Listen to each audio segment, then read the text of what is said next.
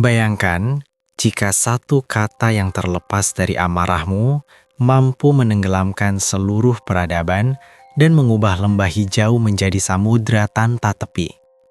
Ini bukan sekedar dongeng tentang ikan ajaib, melainkan sebuah peringatan keras tentang mahalnya harga sebuah janji. Di dasar danau terdalam Indonesia ini, terkubur sebuah rahasia kelam tentang pengkhianatan, kutukan kuno, dan air mata yang menjadi air bah. Inilah detik-detik mencekam saat sumpah suci dihancurkan oleh ego, menciptakan luka abadi yang kini kita kenal sebagai Danau Toba. Siapkah Anda mendengar kisah tragis di balik keindahannya? Selamat datang di channel ini, ruang di mana kita menghidupkan kembali warisan leluhur yang hampir terlupakan. Saya sangat bersemangat membagikan kisah tragis Toba ini kepada Anda semua. Namun, sebelum kita menyelami samudra penyesalan ini, mohon dukungannya dengan menekan tombol subscribe dan like. Setiap interaksi Anda membantu channel ini terus melestarikan kekayaan budaya Nusantara agar tetap abadi. Mari kita mulai perjalanan ini, pastikan Anda menyimak hingga akhir. Di sebuah masa yang jauh sebelum peta mengenal nama Danau Toba, hiduplah seorang pemuda bernama Toba di sebuah lembah subur yang dikelilingi oleh perbukitan hijau yang menjulang tinggi. Toba adalah sosok yang terbiasa dengan kesunyian. Sehari-harinya, ia hanya ditemani oleh suara gesekan daun padi di ladangnya dan gemericik air sungai yang jernih. Sebagai seorang yatim piatu, ia belajar bahwa hidup adalah tentang kerja keras dan kesabaran. Baginya, kebahagiaan bukanlah tumpukan emas, melainkan hasil panen yang cukup dan ketenangan batin di gubuk sederhananya. Suatu sore, ketika matahari mulai condong ke barat, membiaskan warna jingga kemerahan di cakrawala, Toba memutuskan untuk pergi memancing. Perutnya sudah mulai keroncongan, dan persediaan makanan di rumahnya kian menipis. Dengan langkah mantap, ia berjalan menuju sungai yang mengalir deras di kaki bukit. Sungai itu adalah urat nadi kehidupan bagi penduduk lembah, sumber air yang tak pernah kering meski kemarau panjang melanda.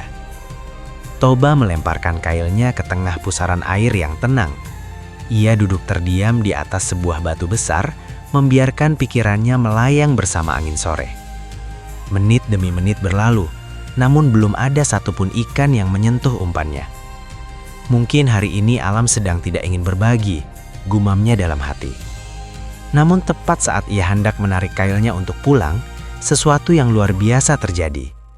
Senar pancingnya tiba-tiba menegang, ujung jorannya melengkung tajam, hampir menyentuh permukaan air. Toba tersentak, ia segera berdiri, mencengkeram erat jorannya dengan kedua tangan. Kekuatan dari bawah air itu begitu dahsyat, seolah-olah ia sedang bertarung dengan seekor monster sungai. Keringat mulai membasahi dahinya, otot-otot lengannya menegang menahan tarikan yang kian kuat. Ikan apa ini? Pikirnya penuh takjub. Setelah pertarungan sengit selama beberapa menit, tarikan itu perlahan melemah. Dengan sisa tenaganya, Toba menarik pancingnya ke daratan. Begitu ikan itu muncul ke permukaan, mata Toba membelalak tidak percaya. Di hadapannya, menggelepar seekor ikan mas raksasa yang ukurannya belum pernah ia lihat seumur hidup. Namun, bukan ukurannya yang membuat Toba terpaku, melainkan sisiknya. Ikan itu tidak bersisik perak atau abu-abu seperti ikan sungai pada umumnya. Sisiknya berkilau dengan warna emas murni, memantulkan cahaya matahari sore hingga menciptakan pendaran cahaya yang menyilaukan mata. Kecantikannya begitu magis, seolah-olah ikan itu baru saja jatuh dari kehayangan. Toba merasa jantungnya berdegup kencang. Ia segera mengamankan ikan itu ke dalam keranjangnya, membayangkan betapa lezatnya daging ikan sebesar itu jika dibakar.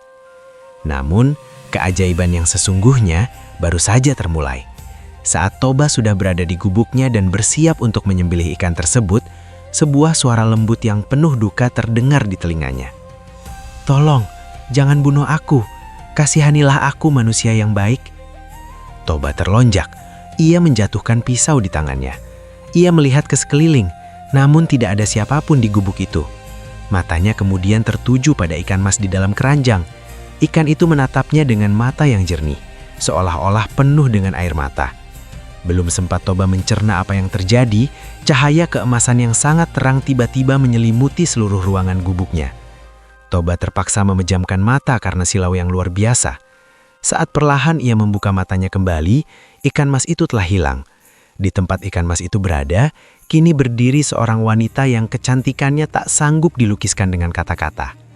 Rambutnya hitam legam terurai panjang, kulitnya seputih mutiara, dan ia mengenakan pakaian indah yang seolah ditenun dari cahaya. Wanita itu tersenyum lembut, sebuah senyuman yang seketika menghapus rasa lelah dan kesepian Toba selama bertahun-tahun. Toba hanya bisa terpaku, tidak berdaya di hadapan pesona wanita yang muncul dari seekor ikan mas ajaib tersebut. Pertemuan sore itu bukan sekedar keberuntungan bagi Toba, melainkan awal dari sebuah takdir besar yang akan mengubah sejarah Tanah Batak selamanya. Gubuk sederhana itu kini terasa sangat sempit bagi Toba, bukan karena fisiknya yang mengecil, melainkan karena kehadiran sosok wanita yang memancarkan aura keagungan yang belum pernah ia saksikan. Cahaya keemasan yang tadi memenuhi ruangan perlahan memudar, menyisakan keheningan yang begitu pekat hingga suara napas Toba sendiri terdengar seperti dentuman drum di telinganya. Wanita itu berdiri dengan anggun di sudut ruangan. Matanya yang jernih menatap Toba dengan tatapan yang sulit diartikan, antara rasa terima kasih dan kesedihan yang mendalam. Toba, yang biasanya tangguh menghadapi babi hutan di ladang, kini hanya bisa bersimpuh, tak berani menatap langsung wajah wanita yang seolah-olah turun dari langit itu. "Siapa kau sebenarnya?" tanya Toba dengan suara bergetar. "Apakah kau Dewi?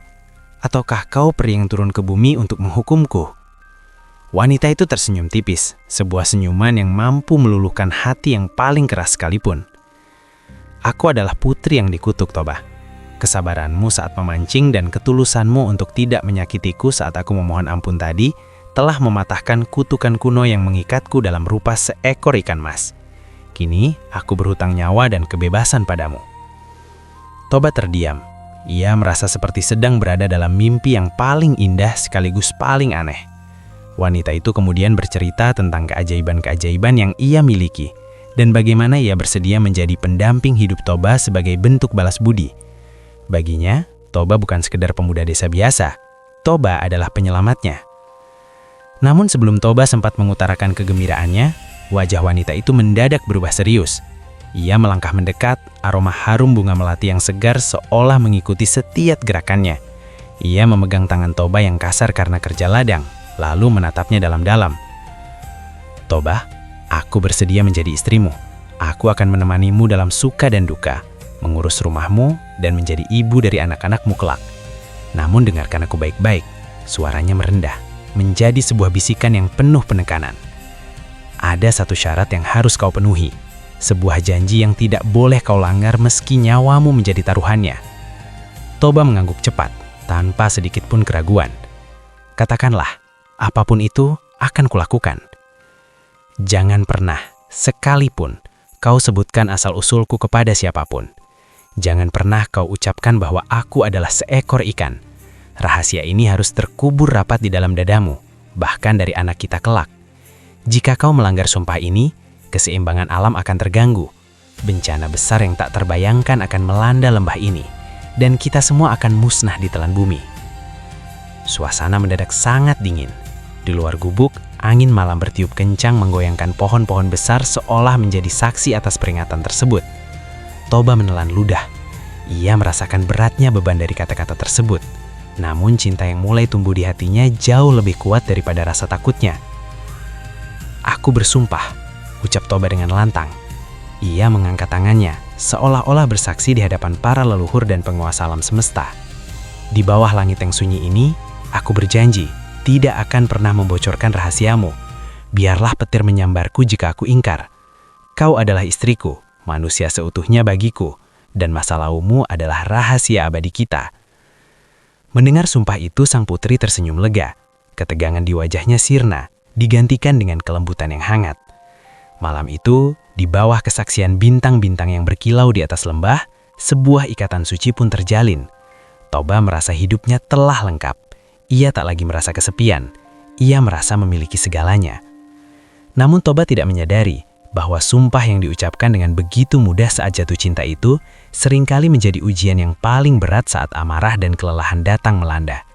Ia tidak tahu bahwa takdir sedang mempersiapkan sebuah ujian kecil melalui darah dagingnya sendiri.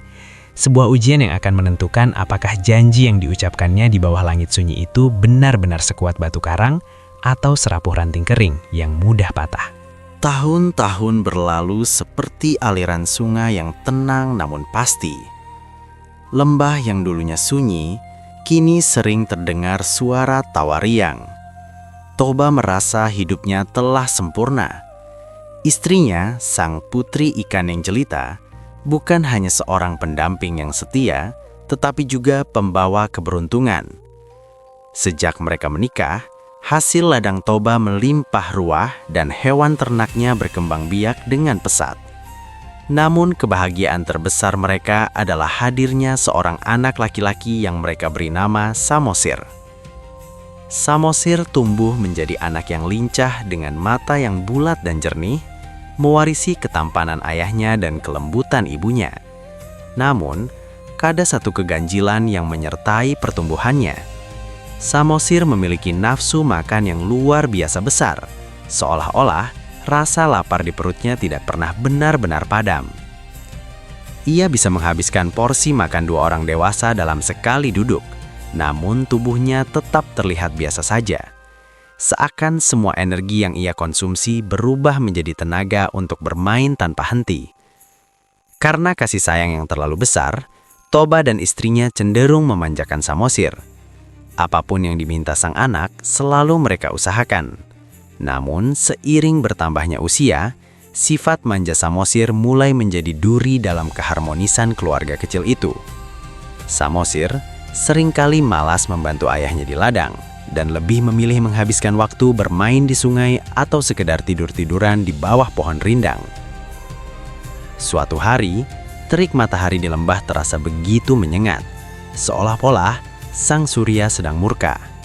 Toba telah bekerja sejak fajar menyingsing, mencangkul tanah yang mengeras dan menyiangi rumput liar di ladangnya yang jauh dari rumah.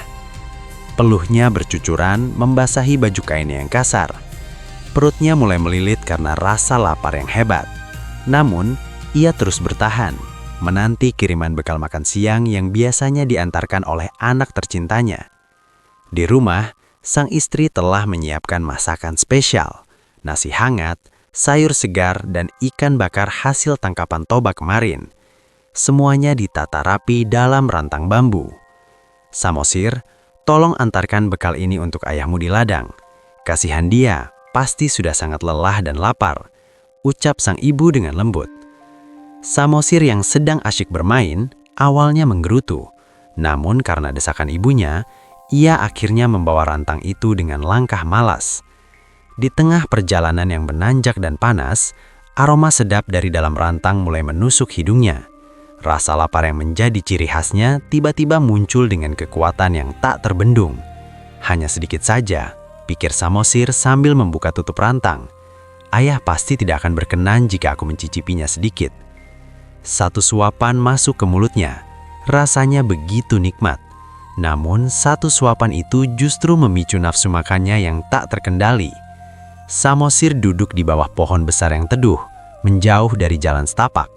Tanpa sadar, satu suap menjadi 2, 2 menjadi 3, hingga akhirnya ia menyadari bahwa sebagian besar nasi dan lauk pauk itu telah berpindah ke perutnya sendiri. Hanya tersisa sedikit nasi kering dan tulang-tulang ikan di dasar rantang. Tiba-tiba, rasa bersalah menyelinap di hatinya, namun ego kekanak-kanakannya lebih dominan. Ia menutup kembali rantang itu dan melanjutkan perjalanan menuju ladang dengan perasaan gelisah. Ia tidak tahu bahwa di ujung jalan sana, seorang ayah yang sangat lelah sedang menahan lapar di bawah terik matahari, dan sebuah sumpah suci yang telah dijaga selama bertahun-tahun, kini berada di ambang kehancuran. Sore itu, angin di lembah tidak lagi terasa sejuk. Ada ketegangan yang menggantung di udara, seolah-olah alam semesta sedang menahan nafas, menyaksikan benih-benih kemarahan yang mulai berkecambah di hati Toba. Konflik kecil tentang sebuah bekal makanan ini, tanpa mereka sadari, adalah awal dari runtuhnya segalanya. Matahari tepat berada di atas kepala, membakar kulit Toba yang sudah legam karena bertahun-tahun menempa nasib di ladang. Kerongkongannya terasa kering, bagai tanah retak yang merindukan hujan. Berkali-kali ia menyeka keringat yang mengucur masuk ke matanya, sembari sesekali menoleh ke arah jalan setapak yang membelah bukit. "Di mana Samosir?" bisiknya pelan. Perutnya sudah melilit. Perih yang luar biasa mulai menjalar, membuat kepalanya sedikit pening. Di kejauhan, nampak sesosok kecil berjalan gontai. Itu Samosir. Toba menghela nafas lega. Sebuah senyum tipis sempat tersungging di wajahnya yang kusam. Ia segera meletakkan cangkulnya, membersihkan tangannya yang penuh tanah di pancuran air kecil, dan duduk di bawah gubuk bambu reot miliknya.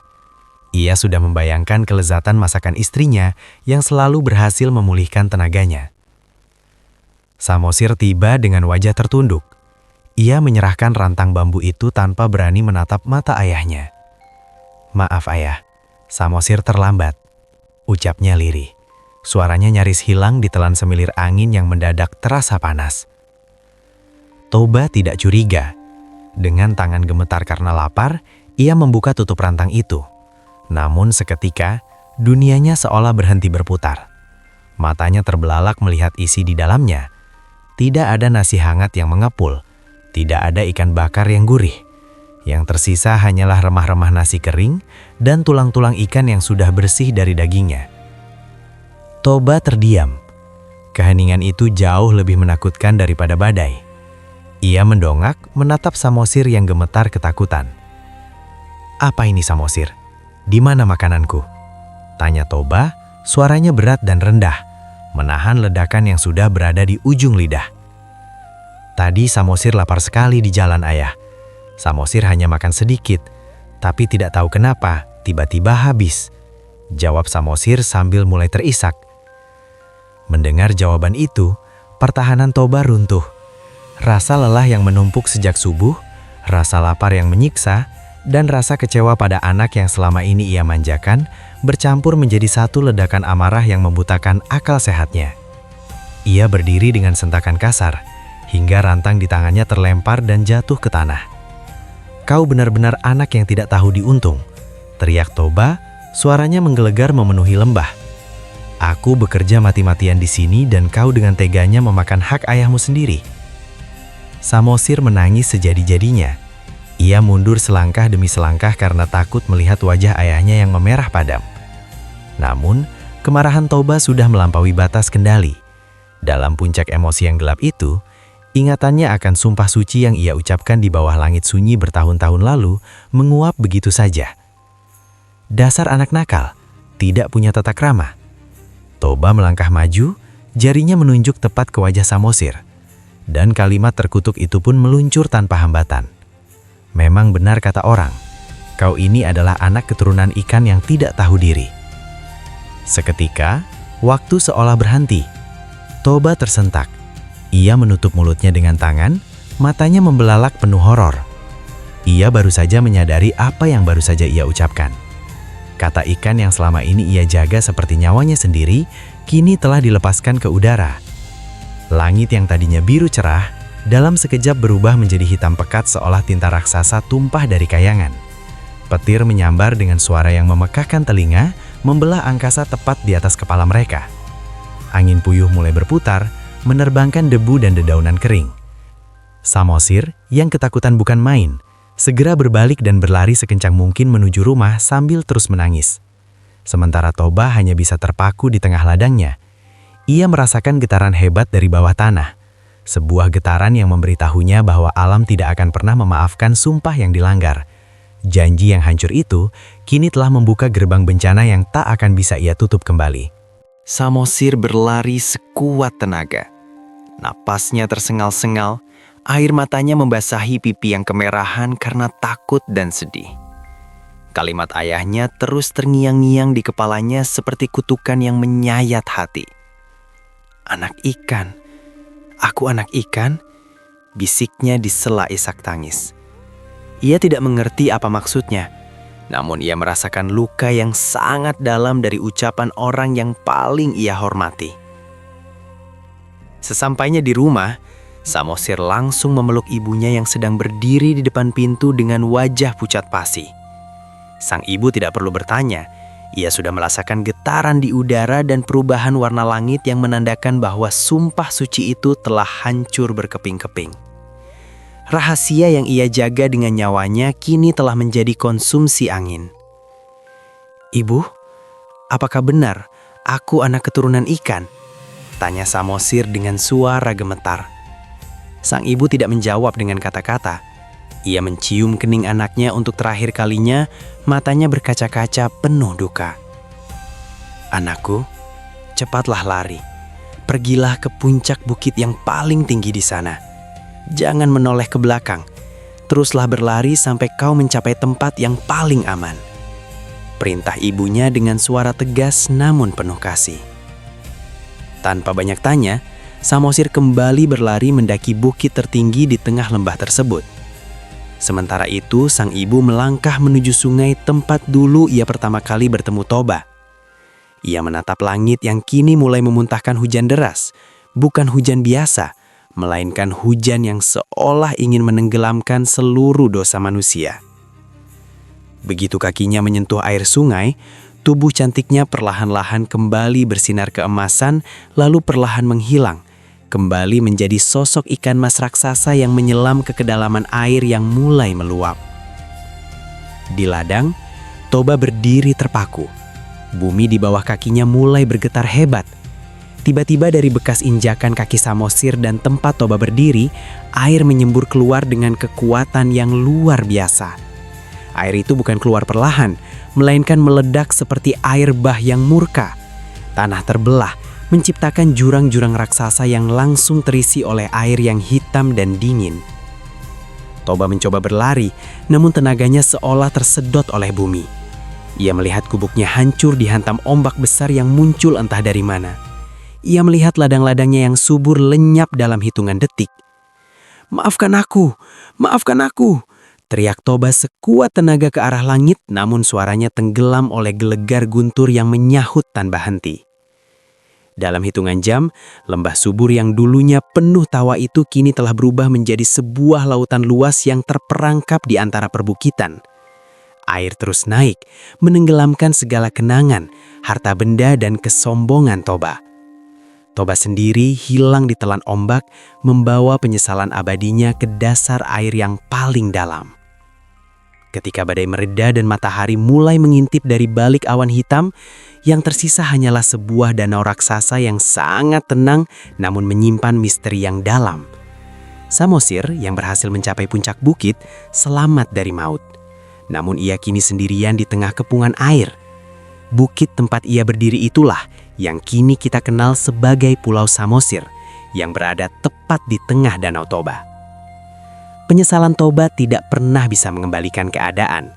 Satu kalimat amarah, satu janji yang dilanggar telah mengubah sejarah selamanya. Lembah itu kini menjadi saksi bisu bahwa di balik keindahannya yang mempesona, Danau Toba lahir dari air mata dan hancurnya sebuah kesetiaan. Sahabat channel ini, keindahan Danau Toba yang kita saksikan hari ini adalah monumen bisu dari sebuah penyesalan yang tak berujung. Kisah tragis ini memberikan tamparan keras bagi kita semua, bahwa kemarahan yang tidak terkendali adalah api yang paling cepat menghanguskan kebahagiaan. Seringkali kita merasa kata-kata hanyalah angin lalu. Namun bagi Toba, satu kalimat amarah sanggup meruntuhkan sumpah suci dan menenggelamkan dunianya selamanya. Pesan moralnya sangat dalam. Jagalah lisanmu sekuat kau menjaga nyawamu. Janji bukanlah sekadar ucapan di bibir, melainkan harga diri yang harus dipertaruhkan. Jangan biarkan ego sesaat menghancurkan kepercayaan yang telah dibangun bertahun-tahun, karena air mata penyesalan tidak akan pernah bisa memutar kembali waktu yang telah hancur. Terima kasih telah setia menyimak perjalanan emosional ini di Pusaka Dongeng. Dukungan kalian berupa like, share, dan subscribe adalah bahan bakar bagi kami untuk terus menghidupkan kembali legenda-legenda Nusantara yang hampir terlupakan. Tuliskan di kolom komentar, pelajaran apa yang paling menyentuh hati kalian dari kisah Toba hari ini? Saya Arsy, pamit undur diri.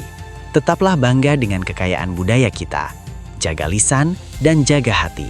Sampai jumpa di video misteri dan legenda berikutnya.